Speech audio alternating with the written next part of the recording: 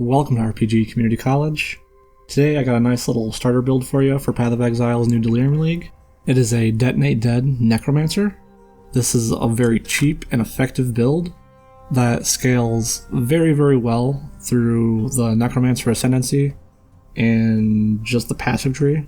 And it's a skill that you don't see a lot of other people playing, so the gear is relatively cheap. Like last league, I was able to buy a level 21, 23 quality Vol Detonate Dead for around 20 chaos. And all of my gear that I actually wore into the endgame was like less than an exalt in total, and I was able to comfortably just clear any map, fight bosses. The build is just so naturally tanky, and Detonate Dead actually does do quite a bit of damage. I think it is really one of those skills that is underappreciated at the moment. And this build does have a pretty active playstyle, like you're going to be pressing a lot of buttons, but it really doesn't feel overwhelming, because like at any one time you don't really have multiple things to do. It's always just like one thing to do at a time, but you just always have something to do. So that's kind of the reason I really like it.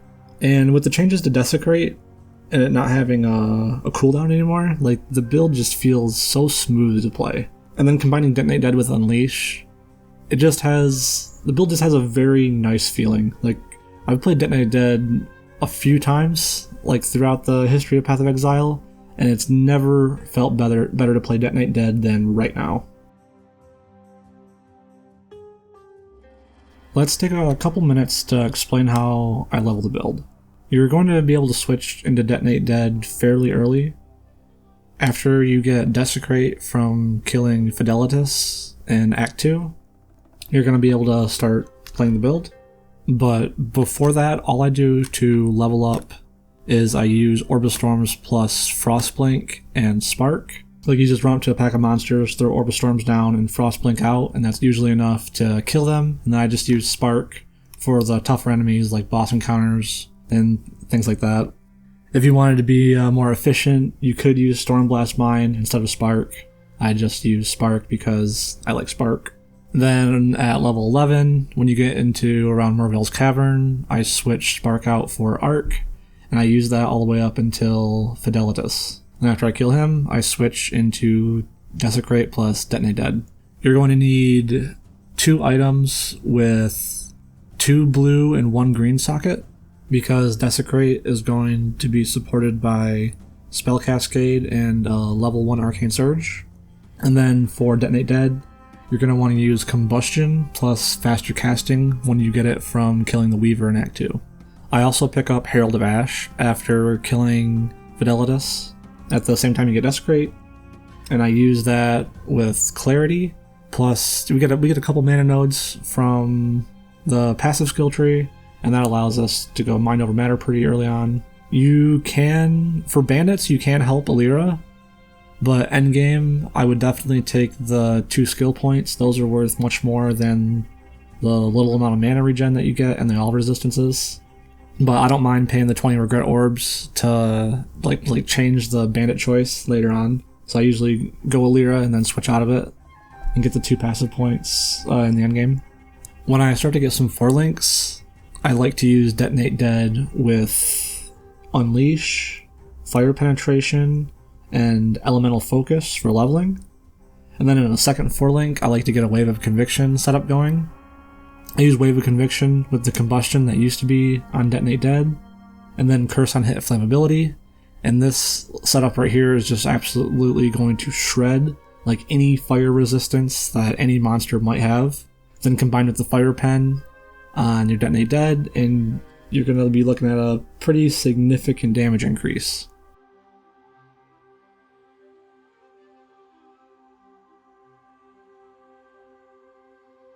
And here we have our passive skill tree. I'm just going to show you really quickly how I build it while I'm leveling. We go through the spell damage side of the Witch starting area. I like to grab the cast speed to make casting Desecrate and Detonate Dead feel a lot smoother while you're leveling.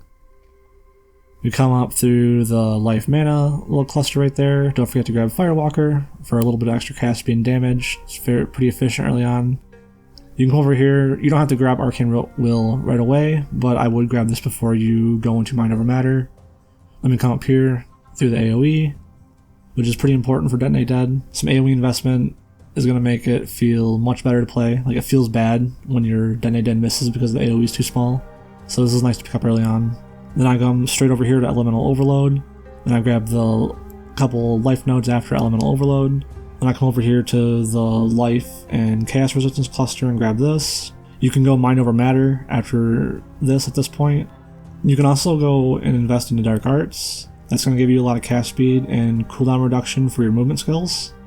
I find that I don't really need it, but people who, like to zoom and go faster than I do, you probably want to pick this up. After grabbing Purity of Flesh or Mind Over Matter, we come over here to Spiritual Aid. We get a lot of minion damage on the build from going the Necromancer Ascendancy, so making it also apply to our Detonate Dead's damage is going to be pretty useful. We got a Jewel Socket down here we can grab, and then we come over here in the Templar starting area and just fill all this out over here. And then by the time your tree is looking like this, you should be around level 48. You should be fighting Katava around this time, or have already fought Katava and killed him. And that's pretty much the beginning of the game done. Oh, and one more tip for leveling. You're going to want to get a Dexterity Amulet pretty early on, because you're going to need Dexterity to be leveling up your Desecrate. And this is important because the higher level the Desecrate is, the higher the level of the corpses that Desecrate can spawn are. And the higher level the corpses that you spawn, the more health they have, and the more health the corpses have, the more damage Detonate Dead does. So make sure you have the Dexterity to level up your Desecrate. It's very important. But let's take a quick look at what the character actually looks like in the endgame after you level it all up. I'm not going to be going over everything to do with my gear. If you want to go through with a fine-tooth comb, I'm going to have a POB link down in the description for the character.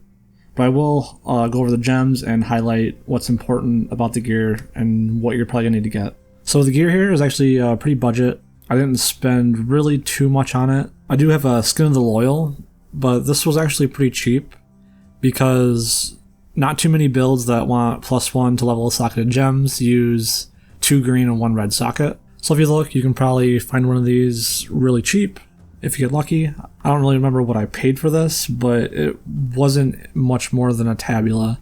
In fact, I'm pretty sure it was cheaper than what tabulas were going for at the time. But if you can't find a Skin of the Loyal like this, you can just use a tabula rasa. Like, it's not really a big deal. I used a tabula for a very long time. I didn't switch into a Skin of the Loyal until, like, probably the last day I was playing this build. Another really important part of the build is going to be the On's Heritage and the Worm Sign Gloves combo. You can use the On's Heritage with 2 Fragility Jewels, and this is going to give you a permanent Onslaught and +3 to all of your maximum resistances, which, if I remember correctly, is 8% less elemental damage taken, if that math's right. And when you're at full endurance charges while you're wearing Worm Sign, you're going to have Rampage permanently. So just using these 2 unique items with each other is just a very effective way to get some great just map clear speed, and that's going to be really important in Delirium, because builds that kind of map better are going to be much better at clearing through the Delirium fog. And just to clear that up, when you use On's Heritage and 2 Fragility Jewels, it brings your maximum endurance charges to 0, so you always have no endurance charges and you're always at max endurance charges. So you benefit from both of the effects on On's Heritage and the permanent Rampage on Worm Sign. And besides that, the Helm enchant. I got Detonate Dead has a 30% chance to detonate an additional corpse. This is a pretty big damage increase. You can look at it like Detonate Dead has a 30% chance to deal double damage. It's a pretty nice way of looking at it. You can find these really cheap. A lot of the League mechanics these days are dropping the Merciless Lab enchants, and you could get a 45% chance version of this enchantment from Uberlab, but 30% was enough for me, and this is only like 5 chaos to get, so this is a very nice helmet enchantment to be having. And then on the necklace here, I just got a neck that gave me Fire Damage Leech's Life, just to help with the defenses and the health sustain. And on my jewelry, I mastercrafted on 5% of damage taken gained as mana over 4 seconds when hit.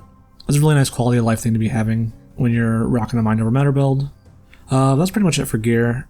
For my actual gems, see here in the weapon, I'm rocking Dispel Cascade, Arcane Surge, Desecrate. It should be pretty self-explanatory why I have that by this point.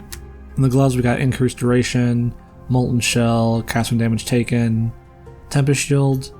You're not going to want to use Molten Shell. Like, I'm able to get 11k armor on this build with my flask up, and that makes it just as effective as Steel Skin, so I really should have swapped Molten Shell out for Steel Skin. And you might even want to use Arcane Cloak, the new defense skill that's coming in the new patch. That's probably what you're going to want to be using in this build.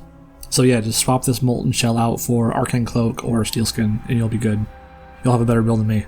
Over here in the boots, I got Wave of Conviction, Curse on Hit, Combustion, and Flammibility. This is just used to completely shred any boss's fire resistance. Usually what I'll do when I go up to a boss is I'll just keep spamming this on them during the fight.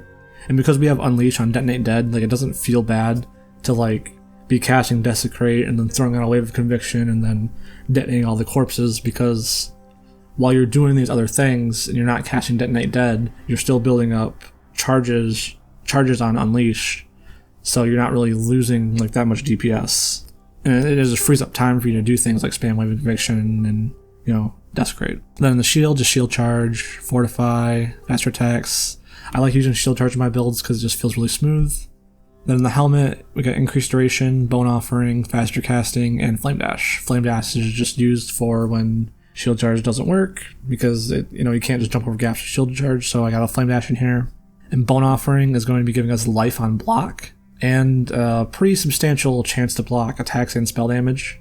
And we do have some block investment in the tree too, so we end up getting up to we get 53% attack block and 42% spell block, which is pretty significant. Like, this is going to make you very tanky. And we also get like a good amount of regen too, so we're getting life gained on block, and we have leech from our amulet, and we have like 6% life regen. And we kind of just got like a little of everything, and it's very effective at keeping our health topped off. And for Detonate Dead, I got Unleash support. Very, very nice. It just feels so smooth to use Detonate Dead with Unleash. I would highly recommend it. Immolate, Hypothermia, because when we throw corpses down from the Necromancer Ascendancy, they chill our enemies, so Hypothermia is a great support to be using with Detonate Dead. Fire Pen, kind of self-explanatory, and Energy Leech support, because I do have Energy Shield, and I barely ever have any of it up, so with this support in, I'm basically always leeching Energy Shield, so I'm getting 40% more damage from the support. Instead of Immolate and Energy Leech support, you could use Ellie Focus and Controlled Destruction. That would probably be a little bit more like consistent damage-wise, but I've been using this and it's been working fine for me. And Detonate Dead has 160% effectiveness of added damage, so this Immolate is beefing it up quite a bit. I really like being able to ignite the enemies with Detonate Dead and just benefit from the Immolate. It feels really good. Oh yeah, and I have my Herald of Ash in an unset ring, because kind of like the only place that Herald of Ash fits would be to group it up with the cast when damage taken setup, and that's currently in my Worm Sign gauntlets, and the Worm Signs have socketed gems which are supported by level 5 concentrated effect. So if I had my Herald of Ash socketed in these gloves, it would reserve more mana than just 25%, because it would be supported by Conk effect. You don't want that, so I just put it in this unset ring, because we're pretty socket starved. So this might be something you want to keep in mind when you're gearing up. For flask, just got a life flask. I went with a granite flask because I was using Molten Shell, but you really don't need this. You could use a Roomies, and you could be like really close to hitting max block. Sulfur flask, just damage, life regen. Aziri's Promise because it's OP, and Enduring Internal Mana Flask. We already have like an insane amount of mana regen. This is kind of just overkill, but it really just makes it sure that you're never out of mana in any situation ever, and you can run no regen maps. And it basically makes you immune to whatever ailment that you put on the suffix.